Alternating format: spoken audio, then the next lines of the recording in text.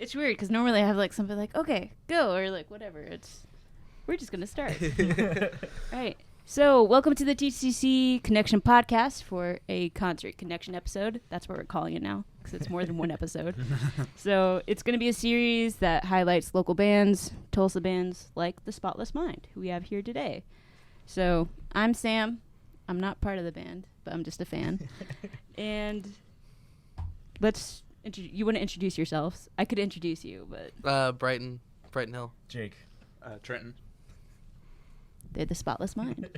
So we're going to talk about how you guys got together as the band, a bit about what it's like being a part of the Tulsa music scene, and then also some upcoming plans and upcoming shows, music you got going on, all that. So first of all, let's start with how y'all met. So how did the band come together? Almost 4 years ago, 2015. I think, math. But we met because we both wanted to be in a band. We both played instruments, and I wanted to start a band, but I didn't know how. And through a friend, we got together, we hung out. It was really funny because we didn't know each other at all. We just hung out, and we just played music in my attic. Friendship blossomed from there, and so we've been doing this for 4 years. And then how long ago do you think we met you? 2018, 2017? February of 2018. Maybe, yeah. No, Yeah. because we were still not freshmen. February, May of 2018 we met him. Yeah. And he joined that like June. I met Trenton through a friend of mine, and then by that knowing Jake, and at the time they needed a drummer, and so Yeah, we went through drummers. Oh, I get it. I'm a drummer myself, so like I know how that goes. Yeah. Right. And then ever since then we've been at least the three of us. Yeah, for over a year now. It's been the three of us. Yeah, this September will be 4 years we've been doing this. And that's like a long time for like a young band. Yeah, for a 20-year-old, that's a long time. Yeah. That's a big chunk of my life. I wouldn't trade it though. I've loved it, even though it sucks sometimes. So how was that at the beginning? Like, did you just play like? Oh, good lord! Did you just jam together at first? You Did you do take this talent one. show? Yeah, when we first started, our first show was at Kane's doing the Battle of the Bands, and before that, it was just us sitting in his attic, playing for his family out in the backyard, doing stuff like that. And eventually, we started like kind of getting more sure of ourselves as we kind of like developed songwriting and stuff like that. And now we do this. Yeah, slowly. We did do talent shows together and things like that. We just jumped at any opportunity we could, because at that point when literally no one knows who you are, you have to just take anything you can get. You're like, take every opportunity. Two songs at a coffee shop? Heck yeah. Oh, yeah. Like, you just have to do whatever, and then slowly... We didn't really start gaining traction until we released our first EP in 2017, 2018. I think so. I was around then. Yeah. But before that, it was like a few shows a year and just trying as hard as we can to get out there. But so in the beginning, it's definitely, I mean, even still, it definitely still can feel like a pipe dream a lot of the time. But you just have to remind yourself why you do it and why you love it. And we all love it for lots of different reasons, but it's definitely hard starting out, and it definitely doesn't get easier. Yeah. Money. Yeah, I'm in it for the money. No. Like the couple of dollars you get. Yes. Because somebody just happens to leave some change. We Right. get paid for like 2 shows out of a year. But it's nice when you do get paid for those Oh, two it's the shows, best right? feeling. It's the best feeling. You're like, I made it. I made And you're like, you got $26. proof, like, hey, this is worth something. Yeah. All right. So how did you guys come up with the name for the Spotless Mind? So in a few years ago, we were called Blacklight for the longest time. Mm-hmm. And I got an Instagram message from a rap group in Atlanta, and they were like, yo, our name's Blacklight. You can't do that. We've copyrighted it already. And I didn't want to mess with that. So set about trying to find a different name. And at the time, and still, I was very obsessed with the film Eternal Sunshine of the Spotless Mind. And I love that poem that the whole film is based around. And since the poem's public domain, I could use the name. So if anyone asks us, it's from the poem, not the movie. There you go. But Wink, wink. yeah, I love that poem. I think that's a great poem. And yeah, that's where Cool. Here we are. I was wondering because I had a feeling because it's like the only thing I could think of where the name could come from. The really fun thing is when people ask us about it, and we're like, "What movie?" I've it's never the been poem. asked, actually. I've never been asked it, which is weird. Well, now you have. Yeah. Indie movie Officially. from like 2002. Yeah. Not many people our age have seen it, unfortunately. It's a good movie. Oh, it's It is. fantastic. Yeah. But the poem's even better. All right. So for people who haven't heard your music before, haven't been to a show, how would you describe it? If you could. So we get asked this a lot. I'm gonna take this one. We get asked this question a lot, and I don't think we've ever had the same answer twice. Yeah. We have a lot of inspirations that we pull from. A lot of us are big Fall Out Boy and Weezer fans and stuff like that. But I've heard pop punk. I've heard post pop punk. I've heard punk. I've heard everything under the sun. Yeah. Progressive. I think one of the best things that I can give is that I don't really know, and I like that. Yeah. The fact that I can't sit down and go, oh, I have to put myself in this group. I don't really know. I think that's the best thing about it. If I had to say anything, what would you give it? I mean, I've always liked. I think Anthony coined the term post pop punk. Post I pop like punk. that too because we're definitely pop punk kids, and a big part of our friendship has always been our obsession with Fall Out Boy, but I also think, especially with the music we're working on right now, we've kind of gravitated away from that and more into a post rock kind of thing. But we still have like pop punk kind of lyrics and melodies. So I think it's.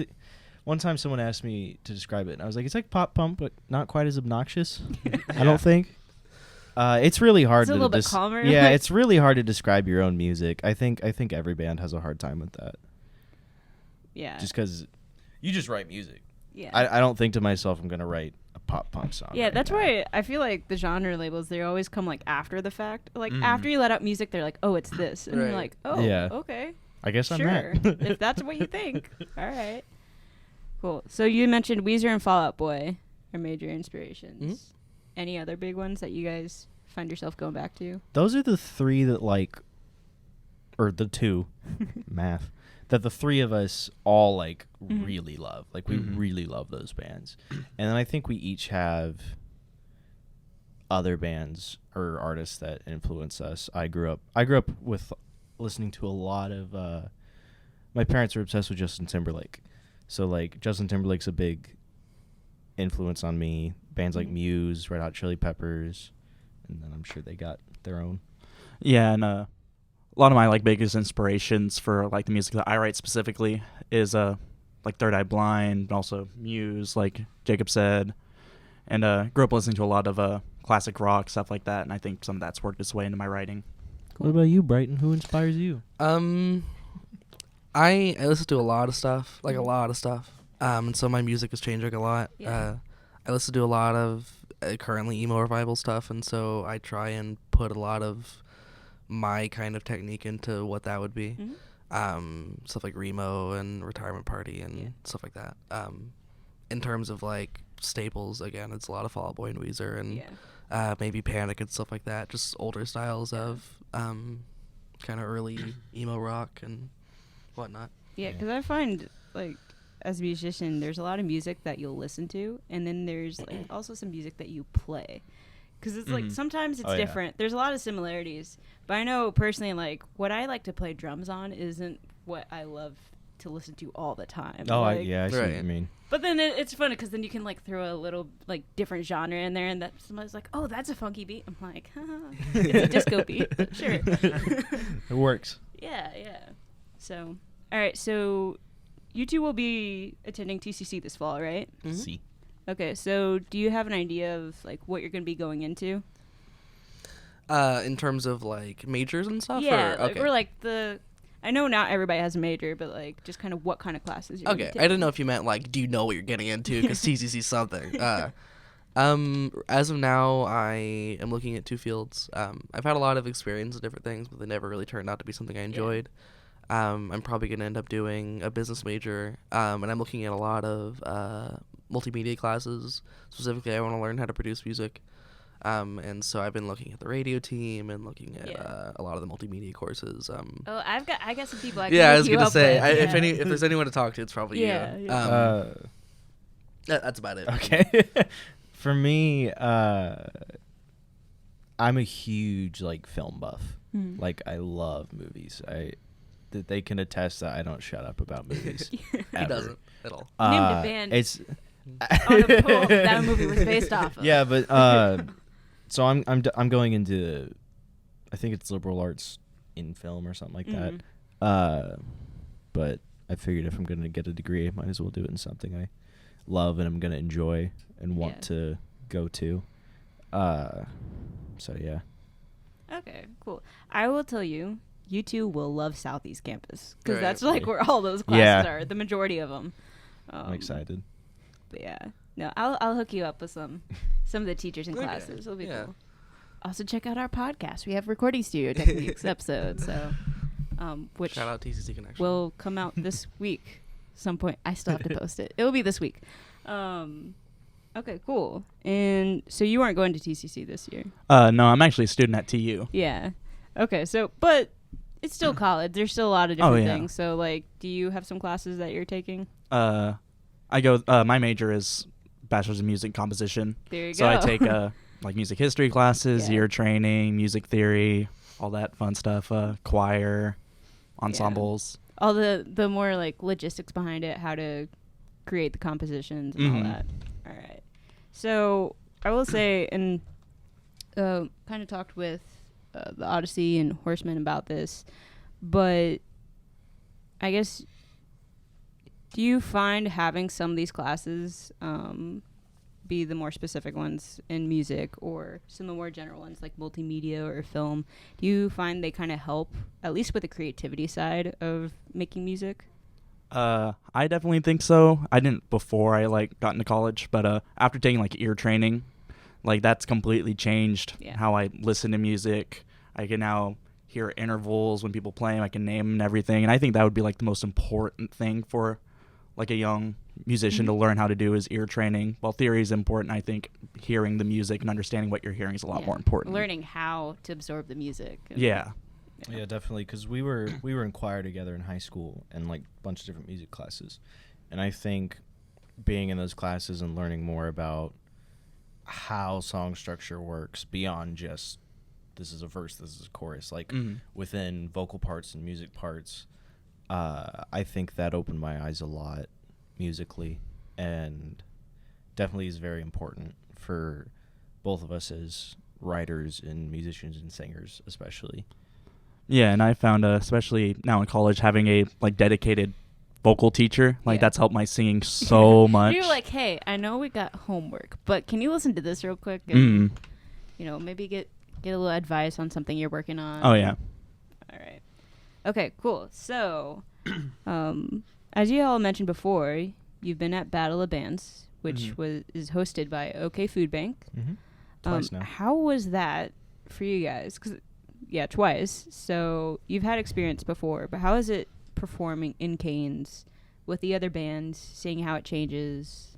It's interesting because we've done it twice, and it's been in a 3-year gap between. Mm-hmm. So it was interesting because the first time no one knew who we were. It was a lot smaller. There was hardly anyone there. Our songs hadn't even fully become what they are now. Mm-hmm. So that was a very weird experience, especially it being our first big show. It was kind of surreal going from that to nothing to every That's show a after big that, jump up, and then all of a a sudden, huge step back. hold on. Yeah. But this past year, that's one of my favorite shows we've ever done. I thought it was super fun, and it's a super cool experience. And there was a big crowd there, and it was a crowd of people who were really invested, and they really liked what they were hearing from all the bands. Yeah. It was a very positive room, and the best thing about it is the scene here in Tulsa is so tightly knit. Like, pretty much everyone's friends. Like, we're really good friends with Quentin of Horseman. Yeah. Love him. But so it was fun because it didn't feel like a competition. Like, anyone would have been fine with anyone winning because we were all friends. And we all just were really stoked to be playing a show at Gaines together. We're just happy to show up. Super fun. Mm-hmm. Yeah. Cool. So, some of the shows y'all have been doing in Tulsa, they're the smaller venues or whatnot, but I know this summer you guys had a little trouble with the weather. You were scheduled for Guthrie Green, like, I think it was a total 3 times, and finally the 3rd time you made it through. But what was that like having the show scheduled and then to find out, oh, it's rained out, and then we'll schedule again, and then, oh, that's rained out. Like, awful. Logistically, it was a nightmare because I know I had family members that like got like all of their coworkers to want to come because it's in a park, and they're like, it's not like in a dim lit, loud concert venue like Vanguard. By the 3rd time, they're like, I'm not gonna come. Yeah, I'll watch the video when it's on Facebook. I feel like our attendance went like between every time we announced it. But like, so was it hard to keep that attitude up of like, okay, let's do it, or Oh yeah. you're just like every time it came up, you're like, all right, get a little excited again, and It gets to a point where like the second time it got canceled, I was like, I'm not even gonna ask to play again, but I did, and I'm glad we did because a show's a show. Yeah. And at least then it kind of shows some professionalism. Like, oh yeah, absolutely. We're gonna be here. We wanted to do it. Let's follow through. Mm-hmm. So it's also being Guthrie, like one of the bigger steps that we've had. To be able to play on that stage, even if it wasn't the main stage, is still a huge deal. It's the most we've ever been paid for a show. Yeah. Yeah, it's one of the only times we've been paid for a show, professionally, and so it was great people to work with. And once it all got worked out, it was really happy to be there. And aside the heat, it's my second favorite show aside Canes. I like it a lot. It was a really good show. It was a really good crowd. Being up on the patio, they brought out like a bunch of seats, and it was real close and more intimate than usually we experience. Yeah, like you're a little bit closer versus having that giant step down from the stage or whatever. All right, cool. So once you reach a certain point and you start to build that audience at these shows, how often or how few they are, how do you find yourselves trying to maintain that interaction, like keep that audience once you have them? It's tricky because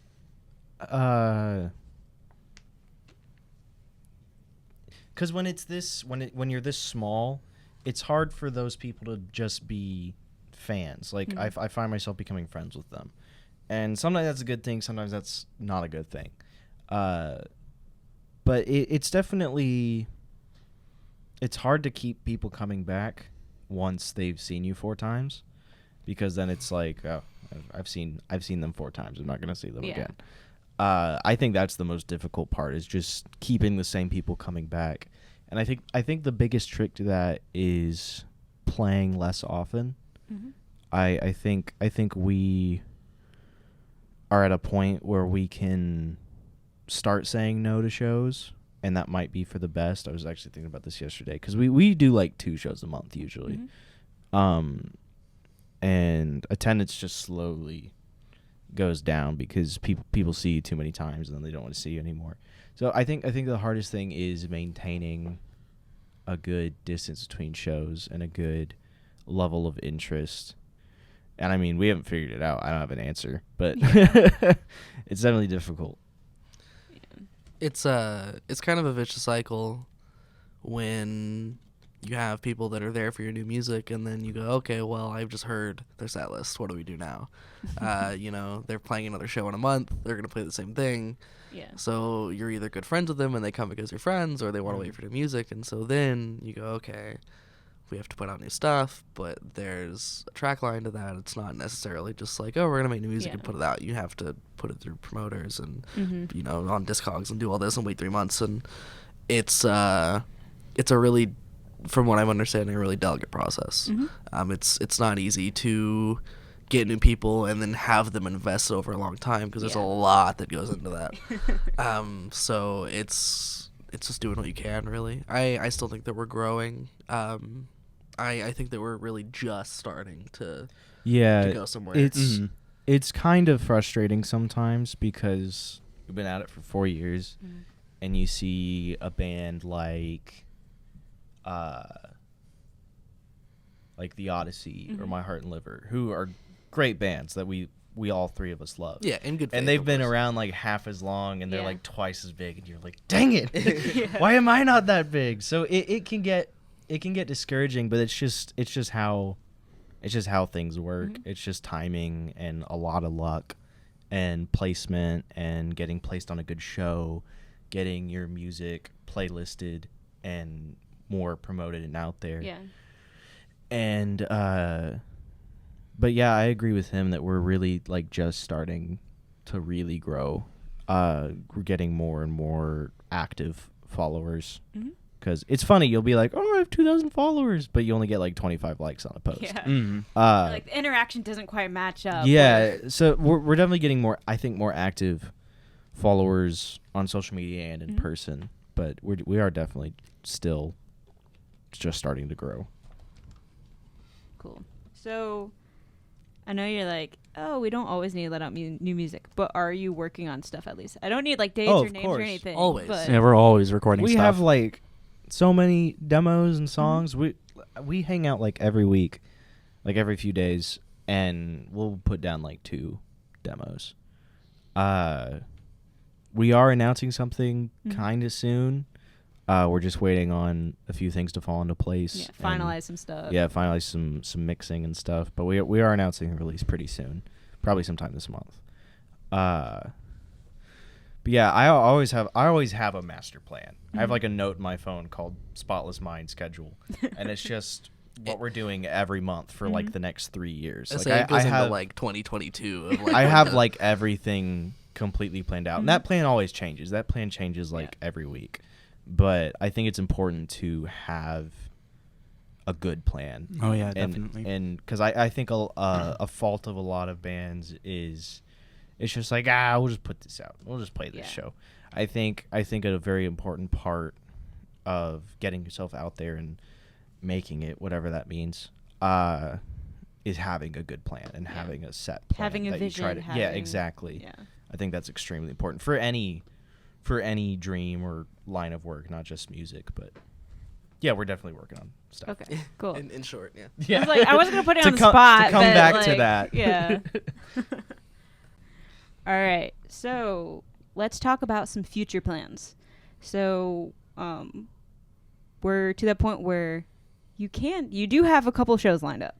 Yeah. August 16th at Chimera, right? Yeah. I always struggle saying that name because I always doubt myself at the last second. Like, it's Chimera, right? Yeah. So Chimera Cafe, that's in the Arts District. So that will be August 16th, and then October 26th, Dixie Fest at the Fur Shop. Right. Mm-hmm. All right, cool. So are you starting to get ready for that? Is that part of the plan to start to get ready Oh for yeah, that? yeah, of course. I put together the August 16th show. I contacted the guy at the Chimera. He's super easygoing. I just contacted him, and he's like, "Yeah, we can do a show that day." But I wanted to put together like a pop punk show. So it's us, it's Courtyard Kids, it's Anchor Way, and Noise Estate. I just wanted to put together a fun little kind of punk show for that. But I definitely I already have the set list for that and stuff. Dixie Fest in October, that's going to be fairly big. It's being put on by the guy who is in charge of the We Are Tulsa Music stuff and those awards and stuff. And we've kind of gotten we've kind of become friends with him. We played his birthday. He's a good guy to know. Yeah, Roger. His name's Roger. We played his birthday party in June. That was super fun. So we kind of got our foot in the door with him, which is really nice. And he's a super great guy. So we're super excited for that show. I think that's the next thing I'm like most excited for. But yeah, that's all part of the plan for sure. Cool. So we're going to have a performance. You're going to play a couple songs, talk about some of them. But right now we're going to wrap up Make sure you check out what music they do have released. You have, was it 2 EPs? Yep. 2 EPs. Just look up the Spotless Mind.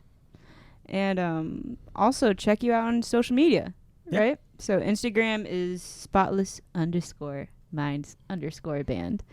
And Facebook is Spotless Mind, the band. Yep. Right? Mm-hmm. All good? Mm-hmm. Okay. Cool. So thanks for joining us and giving a little insight into what it's like being the band's The Spotless Mind. Woohoo. And you can check out the full interview and everything on iTunes, also on our website. And then we're going to have exclusive online digital videos. Well, videos are digital, but there'll be exclusive online videos. Yeah.